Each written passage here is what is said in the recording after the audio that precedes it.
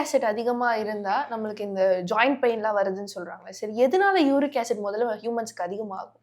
இன்னைக்கு ரொமட்டாய்டு ஆர்த்ரைட்டிஸ்ன்னு சொல்லக்கூடிய முடக்குவாதத்தை 5 வகைகளா நம்ம பிரிக்கிறோம். ஃபர்ஸ்ட் வரது RA ரொமட்டாய்டு முடக்குவாதம்னு சொல்லக்கூடியது ரொமாட்டிக் ஹார்ட் டிசீஸ் இருந்து வரக்கூடியது. செகண்ட் ஒன் ரியாக்டிவ் ஆர்த்ரைட்டிஸ்ன்னு சொல்லுவோம். சிக்கன் குனியா காய்ச்சல் மாதிரி டெங்கு வரும்போது நமக்கு ஏற்படக்கூடியது சிமிலர் டு முடக்குவாதம். தேர்டு சோரியாட்டிக் ஆர்த்ரைட்டிஸ், சோரியாசிஸோட ஒரு பக்க விளைவாக இருக்கும். அடுத்து ஆங்கலைசிங் ஸ்பாண்டலோசிஸ், ஜெனட்டிக்காக வரக்கூடிய ஸ்பைனில் வரக்கூடிய முடக்குவாதம், பட் எல்லா மூட்டுகளையும் நமக்கு பாதிக்கும். அடுத்து வரது லூப்பஸ்ன்னு சொல்லக்கூடிய ஒரு முடக்குவாதம். இதோட கடைசியாக நம்ம பார்க்கக்கூடிய ஒரு வெரைட்டி தான் கவுட்டுன்னு சொல்லக்கூடிய ஆர்த்ரைட்டிஸ். நம்ம உடம்புல மூட்டுகளில் இருக்கக்கூடிய ஒரு ஸ்பெஷல் லிக்விட், எண்ணெய் பசை இருக்கக்கூடிய லிக்விடுக்கு பேர் ஹைலோயூரினிக் ஆசிட்னு பேர்.